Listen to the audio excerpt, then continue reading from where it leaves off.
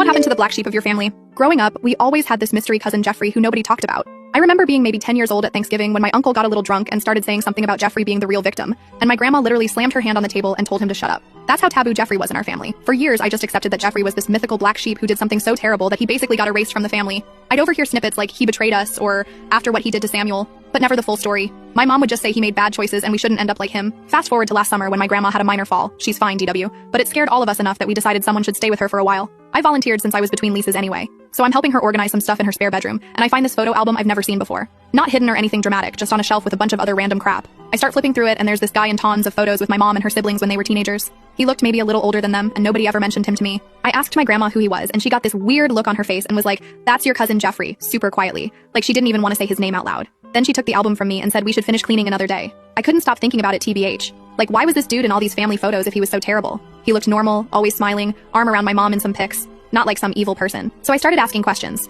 Big mistake apparently. My mom completely shut down when I asked, told me it wasn't my business, and to respect my grandma's feelings. My dad claimed he didn't know much, but I could tell he was lying. None of my aunts or uncles would talk except for my Aunt Valentina, who was always the family rebel. Valentina agreed to meet me for lunch, but made me promise not to tell anyone we talked. According to Valentina, Jeffrey wasn't actually a bad person at all. He was my mom's cousin, and he lived with my grandparents for a few years as a teenager because his parents had died. Valentina said Jeffrey was super smart and went to college on a full scholarship, which was a big deal for our family back then. The way she described him was completely different from the family villain I'd imagined. She said he was funny and kind, always standing up for her when my grandfather was being strict. She actually started crying when she talked about him, saying she missed him every day and it wasn't fair what happened. When I asked what actually happened, why he was cast out, she got all panicky